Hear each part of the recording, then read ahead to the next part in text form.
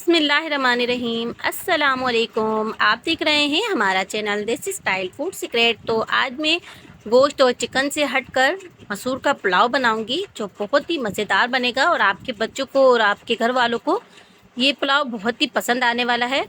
तो इसकी रेसिपी मैं आज आपके साथ शेयर करूंगी। तो जिसने अभी तक हमारे चैनल को सब्सक्राइब नहीं किया हो तो प्लीज़ पहले चैनल को सब्सक्राइब कर लें और बेल आइकन का जो बटन है इसको दबाने से हमारी नई नई वीडियोस सबसे पहले फ्री में देखने को मिलेगी। वीडियो अच्छी लगे तो इसे लाइक और शेयर भी कर दीजिएगा। तो आइए रेसिपी को बनाना स्टार्ट कर लेते हैं। बिस्मिल्लाहिर्रहमानिर्रहीम। तो इसको बनाने के लिए मैंने इस तरह से मसूर ले लिए हैं और इनको मैंने भिगो दिया था तकरीबन आधे घंटे पहले। तो ये इस तरह से फूल चुके हैं। तो ये मैंने तकरीबन 200 ग्राम लिए हैं और मैंने आलू ले लिए हैं तकरीबन 3। मैंने छोटे साइज़ के आलू थे तो 2-2 पीस में इस तरह से मैंने इसको कट कर लिया है। और अब इस तरह से देखिए मैंने एक टमाटर ले लिया है, बड़े साइज़ का टमाटर था तो मैंने इसको कट कर लिया है। और 2 बड़ी साइज़ की मैंने प्याज को बिल्कुल बारीक चॉप कर लिया है। और अब इस तरह से मैंने कुछ इस तरह से अदरक और लहसुन ले लिया है और 15 से 20 तकरीबन मैंने हरी मिर्च ली है और इसको मैं इस तरह से पेस्ट बना लूँगी। तो ये देखिए मैंने इसका पेस्ट तैयार कर लिया है। और अब इस तरह से मैंने कुछ खड़े गरम मसाले ले लिए हैं। तो एक तेज़पत्ता ले लिया है और मैंने तकरीबन 1 टेबलस्पून के करीब काली मिर्च ली है और 1 टेबलस्पून के करीब मैंने ज़ीरा ले लिया है। एक स्टार फूल है और 2 मैंने इलायची लिए हैं, 4-5 मैंने लौंग ले लिए हैं और 2 पीस मैंने दालचीनी के लिए हैं। और अब एक पतीली में मैंने तकरीबन 200 ग्राम के करीब इस तरह से घी ले लिया है। तो आप चाहें तो इसे ऑयल में भी बना सकते हैं, मैं इसको घी में बना रही हूँ। तो घी को अच्छे से गर्म होने देंगे और घी को अच्छे से गर्म होने के बाद ये सारे खड़े मसाले इसमें डाल दूंगी और इसको 1 से 2 सेकंड तक इसमें इस तरह से भून लूँगी ताकि हमारे ऑयल में इस गरम मसाले का अच्छे से फ्लेवर आ जाए। तो बस देखिए 1 से 2 सेकंड हो चुके हैं और इसमें मैं डाल दूँगी अब ये प्याज जो मैंने बारीक चॉप करके रखी हुई थी। तो 2 मैंने मीडियम साइज़ की प्याज ली थी, इनको मैंने बारीक चॉप कर लिया था। अब इसको मैं इस तरह से फ्राई कर लूँगी और इसको बहुत ज़्यादा डार्क ब्राउन नहीं करेंगे। तो ये देखिए बस हल्के से हमारे इस तरह से सॉफ्ट हो चुके हैं। तो बस इसी में मैं इस तरह से आलू डाल दूँगी। तो आलू डालकर भी मैं इसमें बहुत अच्छे से इसको इस तरह से फ्राई कर लूँगी ताकि आलू भी थोड़े से हमारे इसमें अच्छे से फ्राई हो जाएं।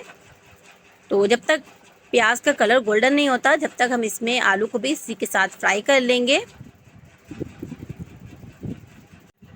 तो देखिए प्याज हमारी इस तरह से थोड़ी सी गोल्डन फ्राई हो चुकी है, बहुत ज़्यादा डार्क कलर नहीं करेंगे हम इसका।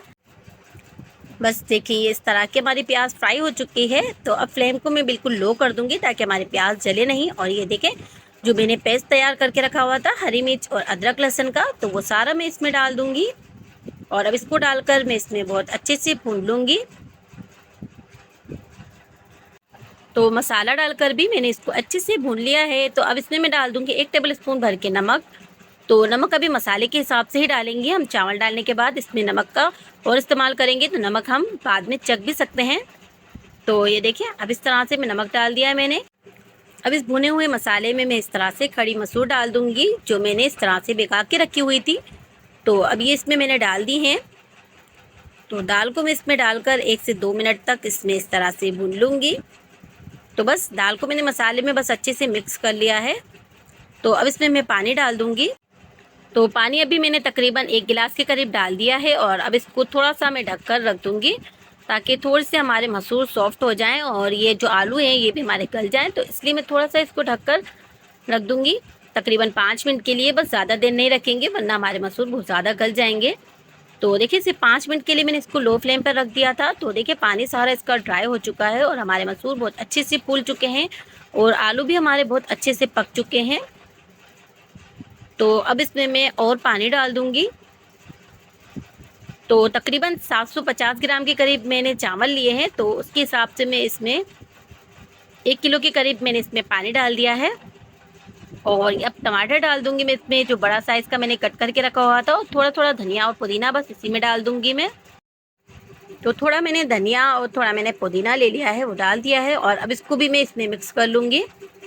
और अब इसमें मैं ज़रूरत के मुताबिक नमक डालूँगी।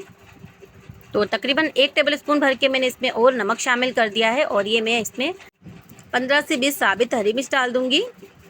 और अब इसमें मैं डाल दूँगी ये चावल। तो पानी में अच्छे से बॉयल आ चुका है और चावल भी मैंने तकरीबन 15 से 20 मिनट पहले भिगो कर रख दिए थे। तो अब ये मैंने इसमें डाल दिए हैं तो चावल मैंने थोड़े से चावल का जो कोना टूटा हुआ होता है वो वाले लिए हैं। इसका भी बहुत ही ज़बरदस्त और परफेक्ट सा पुलाव बन के तैयार होगा। तो ये देखिए, इसको मैं इस तरह से इसमें मिक्स कर लूँगी ताकि हमारे मसूर, चावल और मसाला सारी चीज़ें इसमें अच्छे से मिक्स हो जाएँ। तो बस बहुत ज़्यादा इसका हम चम्मच नहीं चलाएँगे और अब 5 मिनट तक इसको हाई फ्लेम पर रख देंगे जब तक कि इसका पानी ड्राई नहीं होता। तो ये देखिए, तकरीबन 5 मिनट के लिए मैंने इसको इस तरह से हाई फ्लेम पर रख दिया था। तो चावल हमारे इस तरह से फूल चुके हैं और पानी भी हमारा काफ़ी हद तक ड्राई हो चुका है। तो थोड़ा पानी अभी इसमें बाकी है, तो थोड़ा-सा हम चावल को इस तरह से ऊपर-नीचे कर लेंगे ताकि सारे चावल हमारे अच्छे से पक सकें और जो हरी मिर्च वगैरह सारी ऊपर आ जाती हैं वो सारी इसमें मिक्स हो जाएँ। बस इस तरह से हल्का-सा हम चम्मच को चला लेंगे और अब इसी तरह इसको हम दम लगा देंगे। बिल्कुल लो फ्लेम पे हम 15 से 20 मिनट के लिए। तो ये देखिए, तकरीबन 15 से 20 मिनट के लिए मैंने इसको लो फ्लेम पर दम पे लगा दिया था। तो चावल भी हमारे बहुत ज़बरदस्त बेहतरीन से बन के तैयार हो चुके हैं। तो बहुत ही मज़ेदार सा ये पुलाव बनता है। तो देखिए, चावल भी हमारे बिल्कुल परफेक्ट बने हैं। तो देखिए, हमारा बहुत ही मज़ेदार सा पुलाव बन के तैयार हो चुका है। तो गोश्त और चिकन के बगैर भी हम बहुत ही ज़बरदस्त इस तरह से पुलाव बना के तैयार कर सकते हैं। बहुत ही मज़ेदार लगता है, आपके बच्चों को भी बहुत पसंद आएगा, आपके घर में सभी को बहुत पसंद आएगा ये पुलाव। तो आप भी इसको ज़रूर ट्राई कीजिएगा और अपना फीडबैक हमें लाजमी दिया करें। रेसिपी पसंद आए तो इसे लाइक और शेयर कर दीजिएगा। तो मिलते हैं एक और नई रेसिपी लेकर। तो जब तक अपना ख्याल रखिएगा, हमें अपनी दुआओं में याद रखिएगा। जाने से पहले चैनल को ज़रूर सब्सक्राइब कर लीजिएगा। तो अब हमें इजाज़त दीजिए। अल्लाह हाफ़िज़।